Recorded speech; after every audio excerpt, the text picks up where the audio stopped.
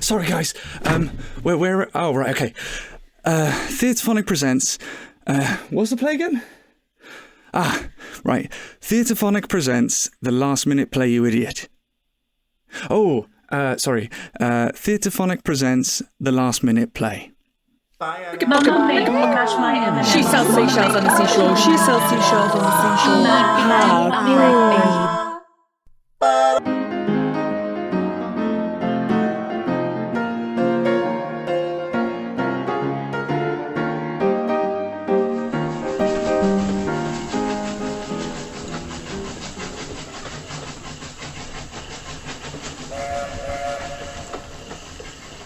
I was making my way. Oh, sorry.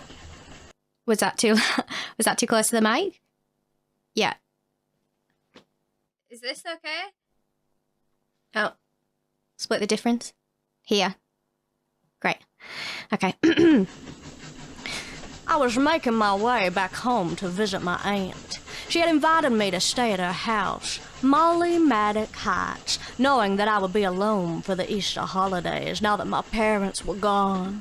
I was looking forward to seeing the old lady again. It had been several years, but I would never forget the quality of her liquor cabinet. Oh, it's me again. It was a long train journey to Cheltenham, but would have been a long journey from America to Cheltenham. But she's American, right? Oh, she, oh, poo on a stick. I've been doing the wrong accent. Do you want me to change it to a British accent? Yeah, I'm a professional, so yeah, that's fine. Okay, I just go back to, I was looking forward to seeing the old lady again. Yeah, okay. Red lorry, yellow lorry. I was looking forward to seeing the old lady again. It had been several years, but I would never forget the quality of her liquor cabinet. So much gin. It was a long train journey to Cheltenham, but I took the time to look over my cases and complete the dreaded paperwork that the captain was always badgering me about. I had just solved a murder case within a week, so I was feeling very satisfied with myself. Sorry, can I, Are we doing a female detective in the 1930s? Yeah. Because I thought it was realism. Yeah. There was one called Torchy Blaine. I think she was 1930s detective. Yeah, but it wouldn't have been very common, would Robert. it? Jesus. It would make a lot more sense if I was to play Detective Butt and what's your name? Charlie. No. Charlie can play. Great, good, thank you. Now that the sexism is done, shall I carry on with the script? Thank you. I had just solved a murder. Oh, sorry. Old habits. I had just solved a murder case within a week, so I was feeling very satisfied with myself.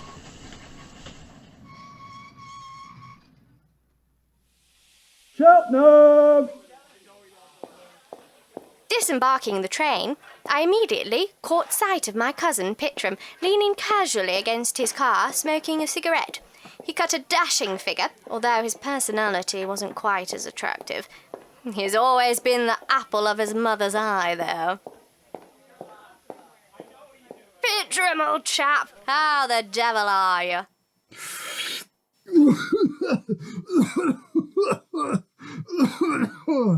Oh, look.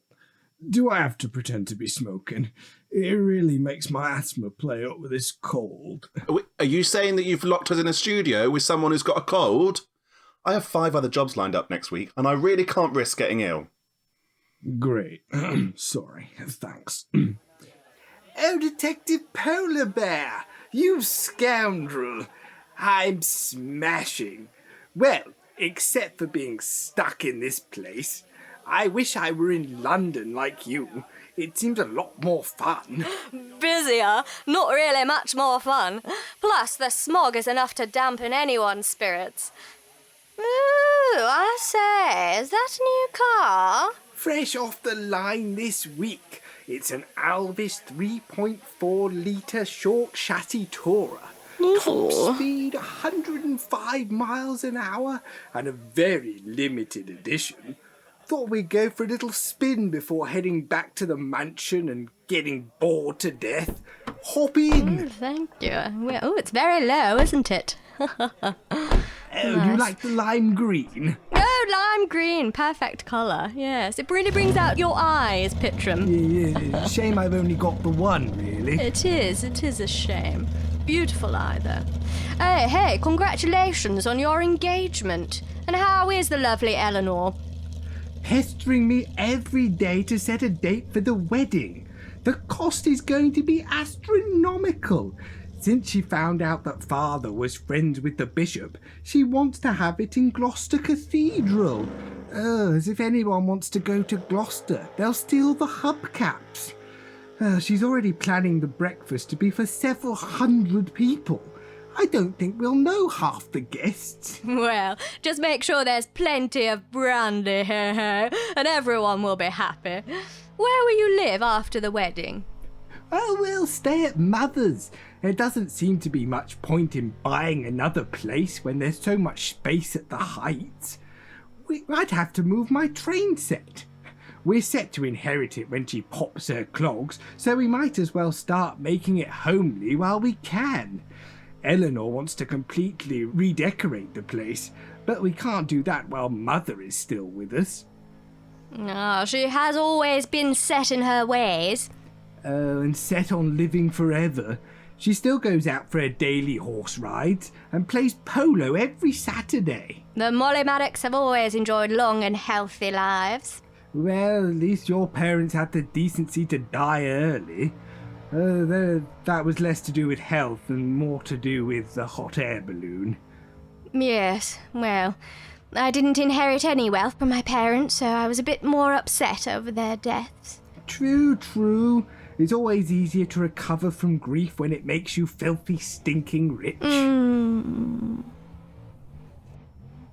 Oh, there's the old pile of bricks now. Doesn't she look glorious in the sunset? Oh, absolutely.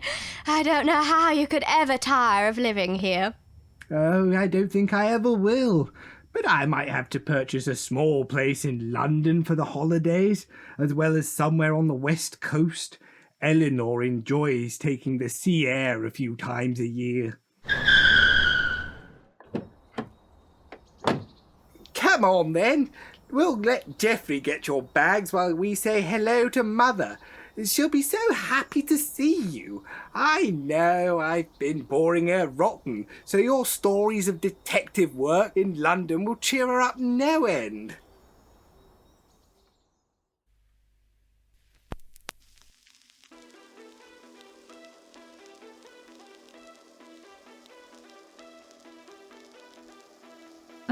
It's Marsha's line now.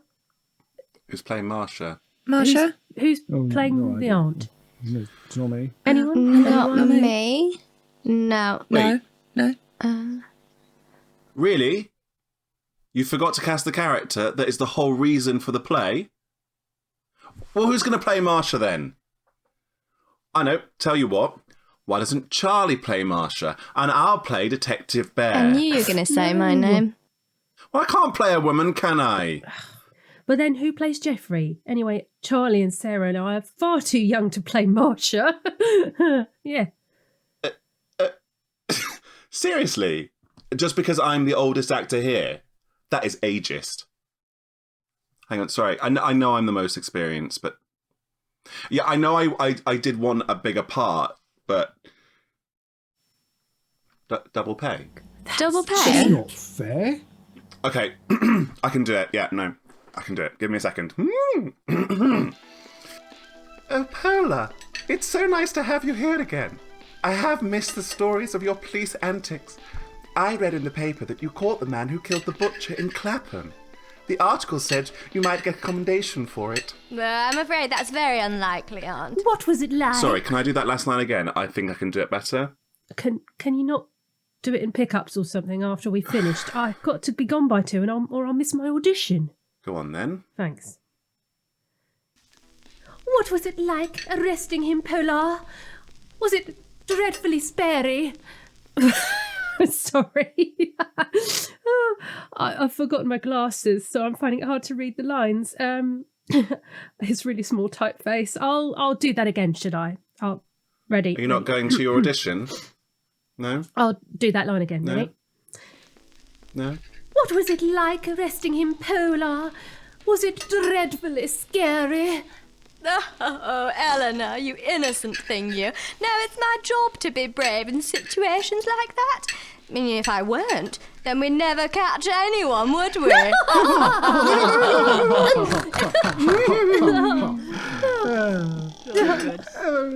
Laura, where did you put the wine bottle? I'm empty. Laura? Sarah. Sarah. Sorry, what? Your line. Oh, God, sorry, dozed off. What about, sorry, what page are we 7, on? I think. Bottom of 7. Sorry, okay, thanks. Of course, sir. It's right here, sir.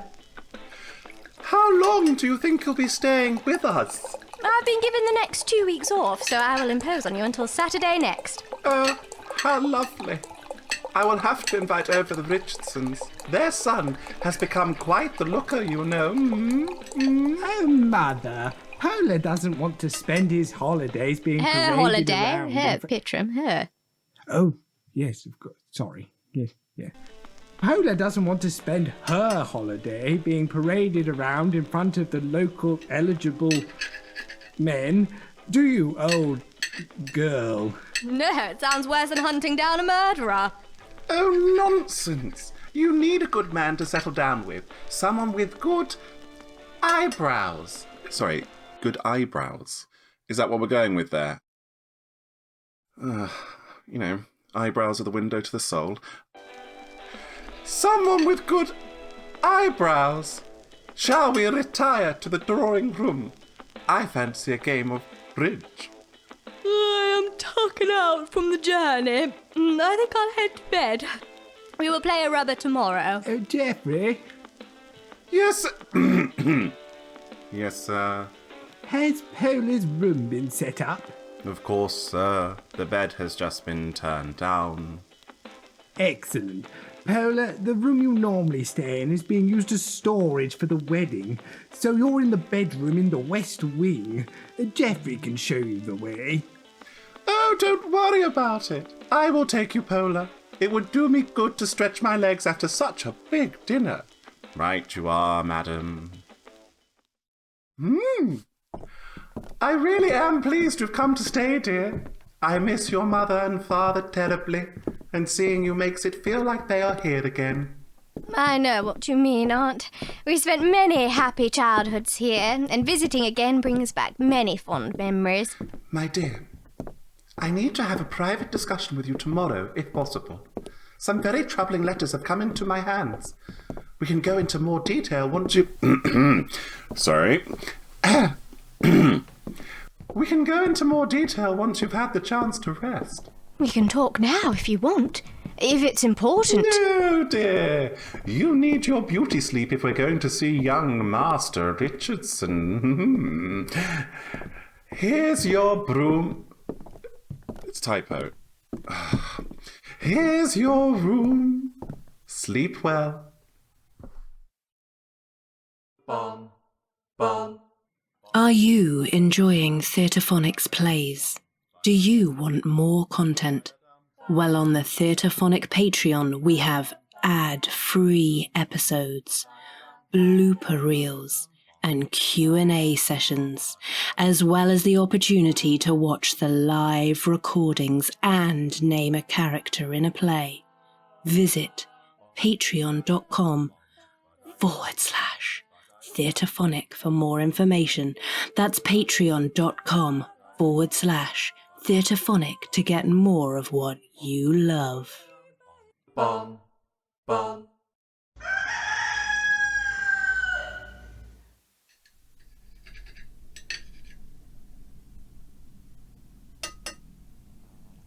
Oh, Laura, you have outdone yourself once again with this breakfast.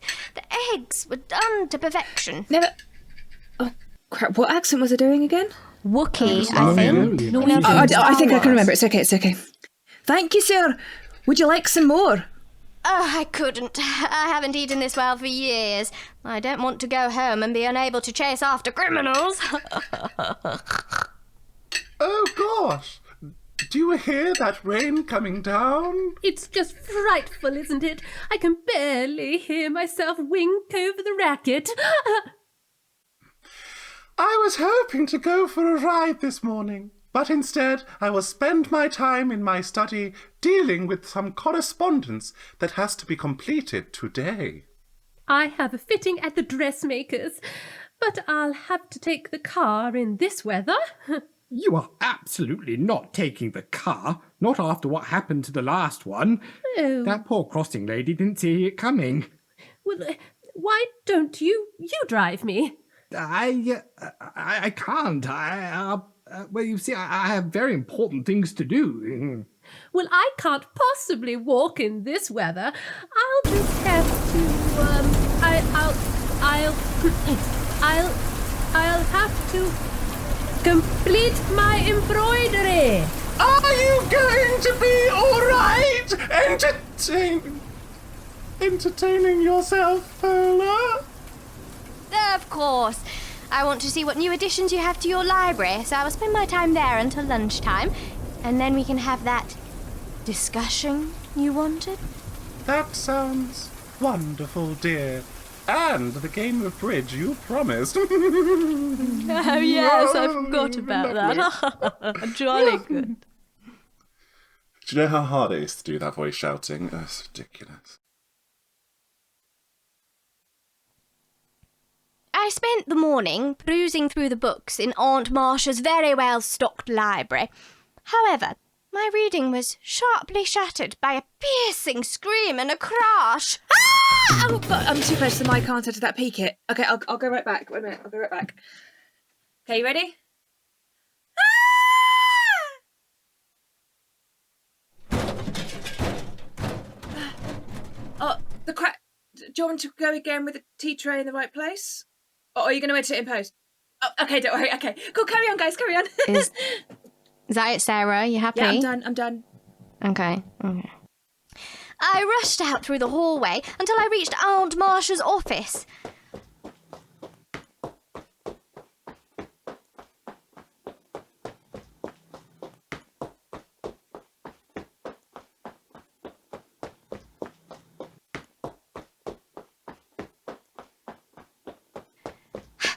Laura just stood inside, tea tray on the floor. I looked back. Sorry, I was going to go method there, and I did some running, but I'm actually not as fit as what I thought. Hold on, I'll get my breath back. Just 1 second. Laura stood just inside the tea tray on the floor. I looked past her, and to my utmost horror, my aunt was lying on the floor, clearly dead.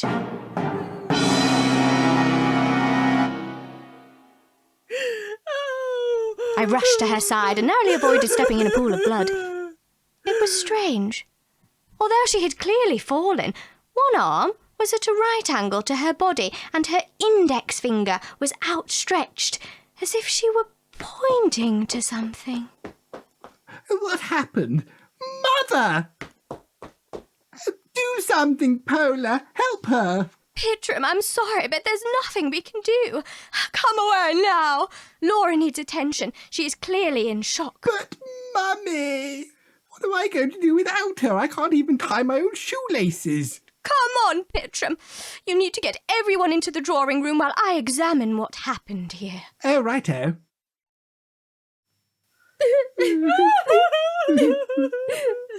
Thank you. Thank you. That was so much Thank fun. you. Thank you for all staying here. By now, you will all know that Aunt Marsha has been murdered. She was stabbed multiple times with this. Does anyone recognize this item? Yes, I do. So do I. And? It's mine. I see. I left it in the dining room yesterday morning after breakfast and couldn't find it by the afternoon. I completely forgot about it. Anyone could have picked it up. How convenient. Sorry, does anyone know what this actual item is that Aunt Marsha stabbed with? Because I'm just looking through the script now and I can't actually see if it says. One would assume it's a knife, wouldn't we? Knife, exactly. Well, that's the thing. I could be holding a haddock for all I know. So I just wanted to check. Yeah. Right. Okay. Oh, okay. I'll put that in my next line. Would there be any reason for someone to pick up your letter opener? Of course. I assumed either Geoffrey or Laura tidied it up with the breakfast things, but everyone was in the dining room that morning, so they could have used it to open their post. Or they took it on purpose to kill my dear poor mamma. I want you all to stay in this room while I interview you in turn. Please do not leave.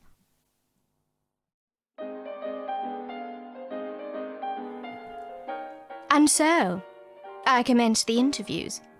Everyone's emotions were still a bit raw, but I tried to use that to my advantage. Where were you between breakfast and the time Marsha was found? I had to clear the breakfast things.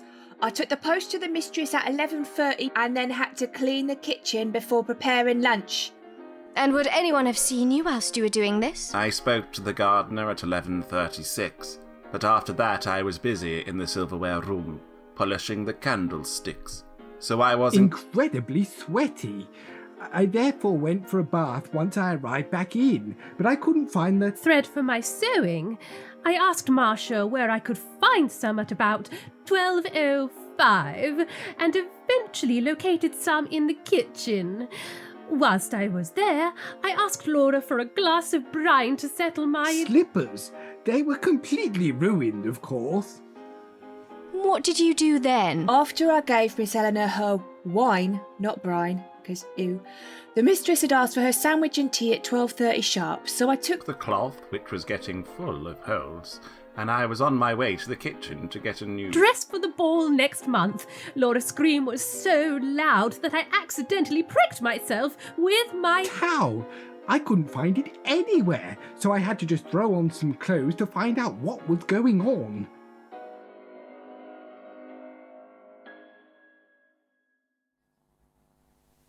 Several hours of interviews, another review of the crime scene, and several cups of coffee later, I knew I had my answer, so gathered everyone in the drawing room once more.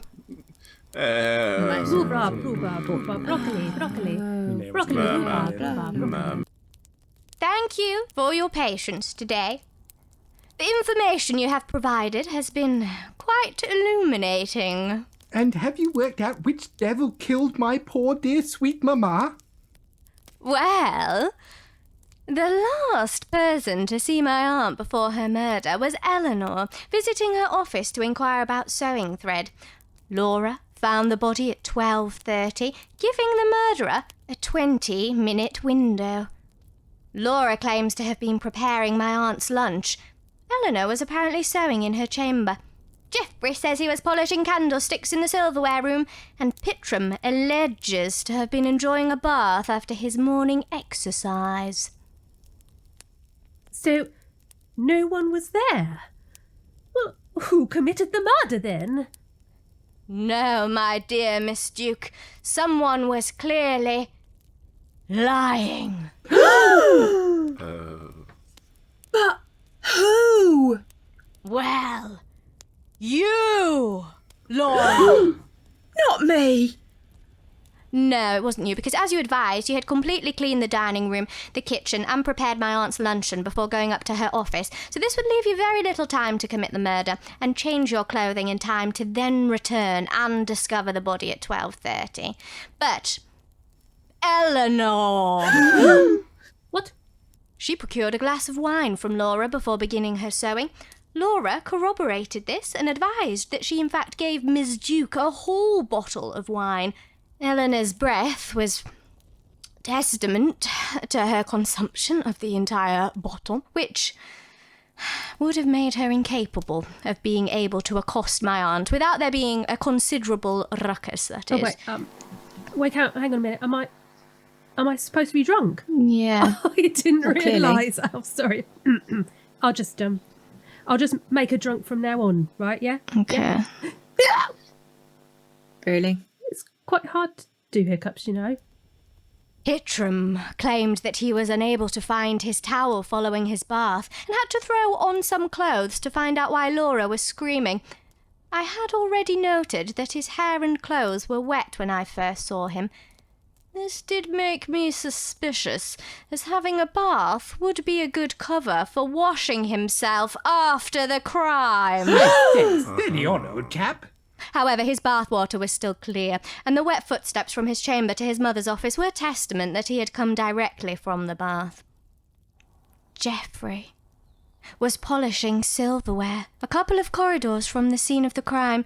Now, I studied the room, and indeed the candlesticks were out and a pot of polish open. However, the old and ragged polishing cloth was still on the side, not in the kitchen, where he claims to have been disposing of it when he heard Laura scream. Additionally, the house silver polish is particularly pungent. If he had been polishing, he would have smelled strongly of the stuff. And he didn't at all. Oh. I can only deduce that Geoffrey was lying. He was the murderer and used the 20 minutes to change his inevitably bloody clothing. Goodness! Oh. You think you're so clever, don't you, smarty pants London detective? You utter scoundrel! Why? Come on then, detective. Why don't you explain to all the boys and Really? Do I have to say it like... Okay. Why don't you explain to all the boys and girls? Well, you had no choice, did you? Not when you realised that she knew about the blackmail. Oh. Blackmail? Blackmail? Aunt Marsha confided with me that she needed to show me some concerning letters, but never got the chance to divulge what they were. However, she was clever enough to hide them away. Concerning letters? As soon as I saw the letters, it was clear to me what had happened. And? Why don't I let Eleanor explain? What are you doing? I'm bobbing. It says in the script that I stop bobbing. It's sobbing! You imbecile! Where did we find her? Oh. Honestly. Oh, yes, of course. Sorry.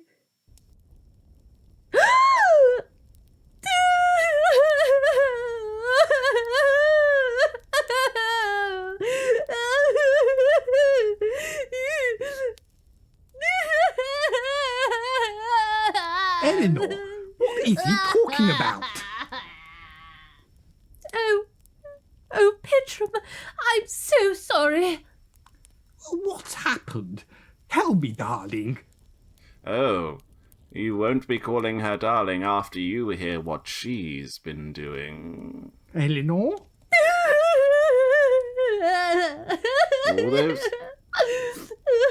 All those...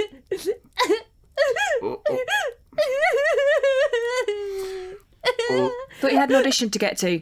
Oh, yeah, that's right. Hang on, get around. all those dress-fitting appointments she's had. It's not a dress that she's been getting fitted. Really? No, Eleanor would never do that to me. Oh, Pitrum, I'm so very, very, very, very sorry. Here we go again.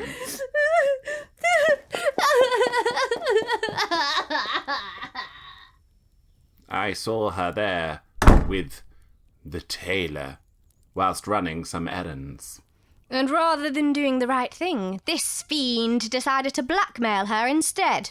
I knew full well this trollop was only with Master Pitrum for the money, and that he would never believe me if I told him the truth. So I took advantage of the situation. But how did Mother find out? Well, I think that's best for Eleanor to explain. Well, Marsha saw me crying whilst reading one of the letters and... Oh, hang on a minute. I've not come back into the room yet, have I? Do you want me to come in crying and you can put it back in earlier? Yeah, okay, right, yeah, right. You see, Marsha saw me crying whilst reading one of the letters. I didn't know who they'd come from. I didn't hear her come up behind me, so by the time I'd realised she was there, she'd seen enough of the butter to know what was going on.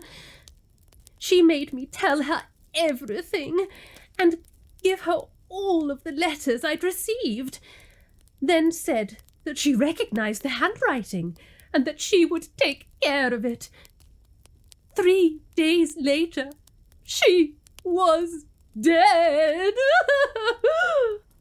So, Geoffrey, did my aunt confront you?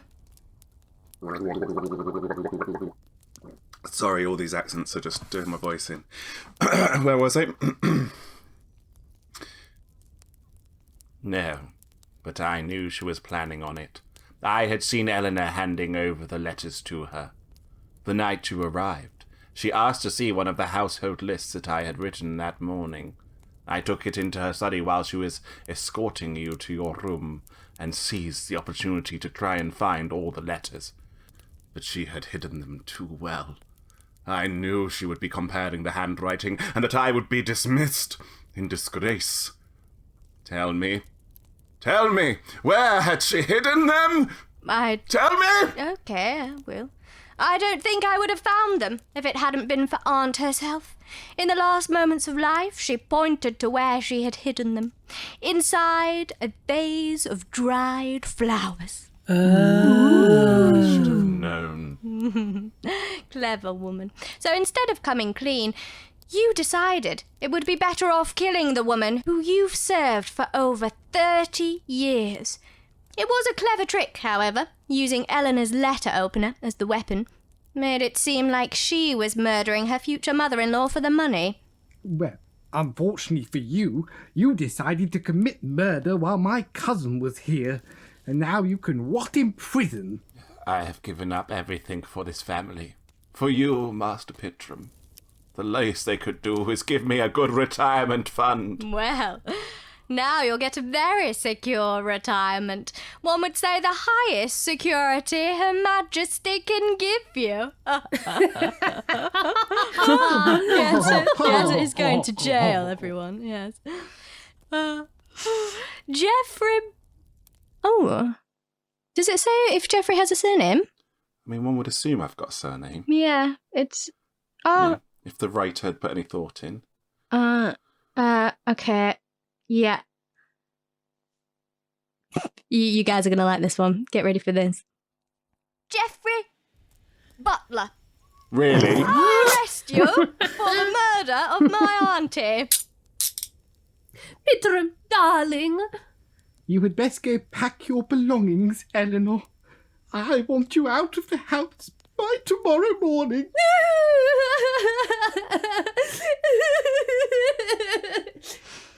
Take me back, please. It's kind of impressive. She actually has real tears running down her cheeks. Pity, my darling. Polar, what am I supposed to do now? Well, come back to London with me for a bit, old chap. A bit of smog and city life will set you off right. Oh, thanks, Polar. As long as I don't have to visit any dressmakers. Don't worry, I'll make sure we skirt around those. Not too soon. Oh, and that's a wrap! Yay! Well done, guys. That was good fun, that was. Oh, God. Well, thank goodness that's over. That was the most ridiculous play that I have ever had the misfortune to be part of.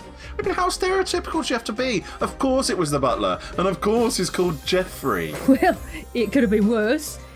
It could have been Jeeves or Alfred. And the script. I mean, where was the doctor? I mean, who finds a dead body and doesn't call a doctor? The police. Look, dead body, police. And in what world would the suspect in a murder be allowed to take over the investigation? And on top of that, you let these morons take part? They're a bunch of amateurs. I mean, you got 2 parts. I had nothing to do. There was no point me being here. Excuse me, can I go now?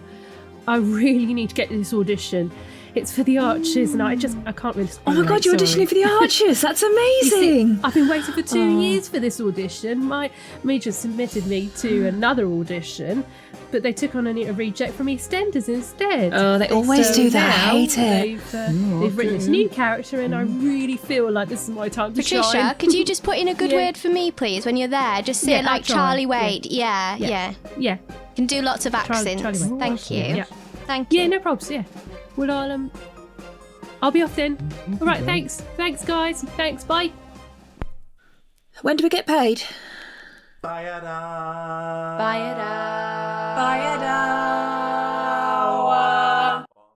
You've been listening to The Last Minute Play, poorly written and badly directed by Emmeline Braefield. With... what? This is confusing. Okay.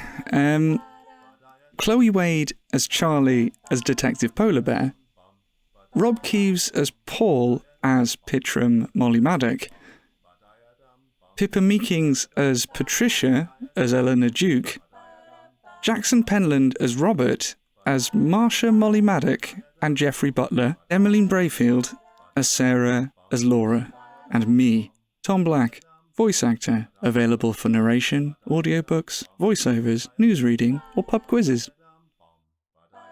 Produced by Cat on a Piano Productions. For a full list of the music included in the play, please see our show notes. The Theatrephonic theme tune was composed by Jackson Pentland, performed by Jackson Pentland, Mollie Fyfe-Taylor, and Emmeline Braefield. For more information about the Theatrephonic podcast, go to catonapiano.uk/Theatrephonic. Tweet or Instagram us @Theatrephonic, or visit our Facebook page.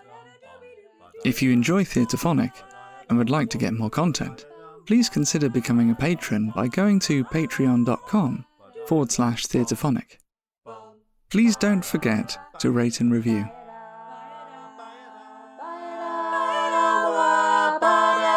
Thank you for listening. That's rubbish. Anyway, I gotta go, guys.